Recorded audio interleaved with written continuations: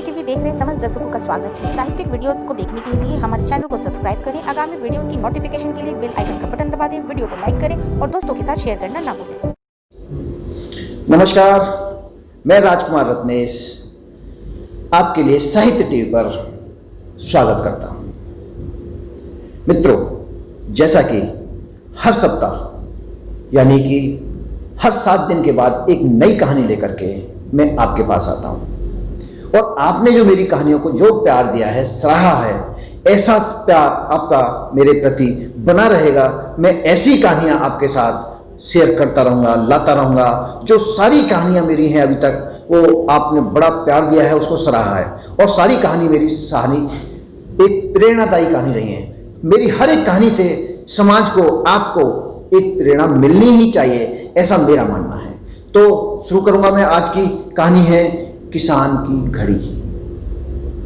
मित्रों, ध्यान से सुनें। किसान की घड़ी एक ऐसी प्रेरणादायी आज आपके लिए होने वाली है, जो कि आपकी अपेक्षाओं पर मैं खरा उतर सकूं, ऐसी कहानियों को लेकर। और हाँ मित्रों, आपसे मेरी एक और प्रार्थना है कि आप भी मेरे पास अपनी कहानियों को भेजते रहें। जो कहानियां आपकी प्रेरणादायी होंगी, मैं उनको आपके इस साहित्य टीवी पर चलाकर देश के पटल पर रख दूंगा। आपको उससे ख्याति मिले, ऐसा हमारे साहित्य टीवी का जो सोच है, जो हमारा कर्म है, वो यही है कि साहित्य टीवी के माध्यम से आप सभी सुधीजन, आपके जैसे सभी नवोगत साहित्यकार मेरे साथ जुड़ें, और साहित्य टीवी पर आपकी कहानियों को हमें इसी तरह से प्रसारित समय समय पर करता रहूं। तो ज़्यादा समय न विलंब करते हुए शुरू करता हूं। आज की कहानी है किसान की घड़ी।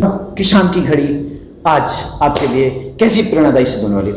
एक बार एक किसान की घड़ी कहीं खो गई। वैसे तो घड़ी कीमती नहीं थी, पर किसान उससे भावात्मक रूप से जुड़ा हुआ था और किसी भी तरह से उसे वापस पाना चाहता था। मित्रों, उसने खुद भी घड़ी खोजने का बहुत प्रयास किया। कभी कमरे में खोजा, तो कभी बाड़े में, कभी अनाज के ढेर में, पर तमाम कोशिशों के बाद भी घड़ी नहीं मिली। उसने निश्चय किया कि वो इस काम में बच्चों की मदद लेगा, और उसने आवाज लगाई, सुनो बच्चों, तुमने जो घड़ी मेरी खोई भी घड़ी मिलती है, उसको मैं 100 रुपये इनाम में दूंगा। फिर क्या था, सभी बच्चे जोर शोर से इस काम में लग गए। वे हर जगह की खाक छानने लगे, ऊपर नीचे आंगन, हर जगह, पर घंटों बीत जाने पर भी घड़ी नहीं मिली। मित्रों, बड़ा अफसोस था इस बात का। कोई बात नहीं, अब लगभग सभी बच्चे हार मान चुके थे, और किसान को भी यह लगा कि घड़ी अब नहीं मिलेगी। तभी एक लड़का उसके पास आया और बोला, काका, मुझे एक मौका और दीजिए, पर इस बार मैं ये काम अकेले ही करना चाहूंगा। किसान को बड़ा आश्चर्य हुआ इस बात को सुनकर के। किसान का क्या जा रहा था, उसे तो घड़ी चाहिए थी। उसने तुरंत हाँ कर दी, क्योंकि किसान को तो घड़ी चाहिए। घड़ी से उसका बहुत भावात्मक लगाव था।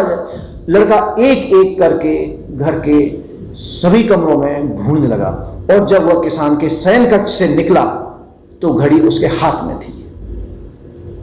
मित्रों, किसान का भाव देखिए। किसान घड़ी देखकर प्रसन्न हो गया और अचरज से पूछा, बेटा, कहां थी ये घड़ी, और जहां हम सभी असफल हो गए, तुमने इसे कैसे ढूंढ निकाला?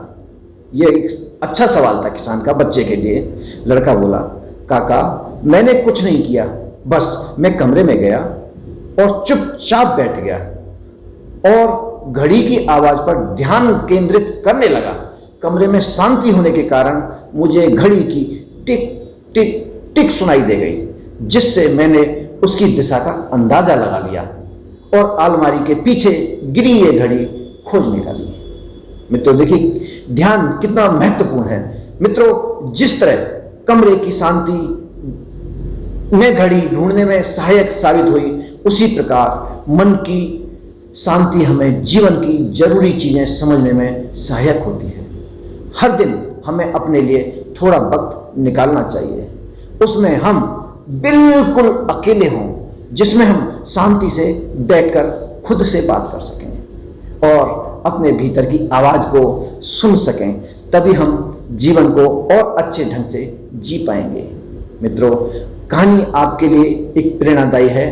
आपको इससे जरूर एक प्रेरणा मिली होगी, क्योंकि आपके लिए ऐसी कहानी मैं समय पर लाता रहूँगा। आज की कहानी का भावार्थ इतना था कि आप अपना ध्यान को केंद्रित करें, लेकिन किसान की घड़ी के नाम से इस कहानी को आज जो मैंने इस कथा को आपके सामने रखा है, वो इसलिए कि आप समय निकालें अपने लिए और अपने ऊपर ध्यान भी केंद्रित करें, ऐसा मेरा मानना है। तो मुझे अनुमति देने से पहले मैं एक और विनती आपसे करना चाहूँगा, जैसे कि मैंने इस कहानी की शुरुआत में की थी, कि आप भी अपनी कहानियों को मेरे पास भेजें और मैं आपकी कहानियों को इस साहित्य टीवी के पटल पर रखकर विश्व के पटल पर पहुंचा सकूं, ऐसा मेरी अपेक्षा आपसे है।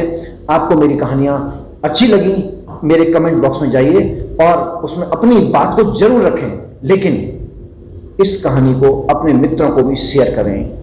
मेरे चैनल को सब्सक्राइब करें, ताकि मैं आपके लिए ऐसी कहानियां लेकर आऊं तो सर्वप्रथम आपको कहानियां सुनने का जो आनंद मिलेगा, उससे मुझे बहुत खुशी होगी। आज के लिए इतना ही, मुझे आज्ञा दीजिए। नमस्कार। साहित्य टीवी देख रहे समस्त दर्शकों का स्वागत है। साहित्यिक वीडियोस को देखने के लिए हमारे चैनल को सब्सक्राइब करें। आगामी वीडियोस की नोटिफिकेशन के लिए बेल आइकन का बटन दबा दें। वीडियो को लाइक करें और दोस्तों के साथ शेयर करना ना भूलें।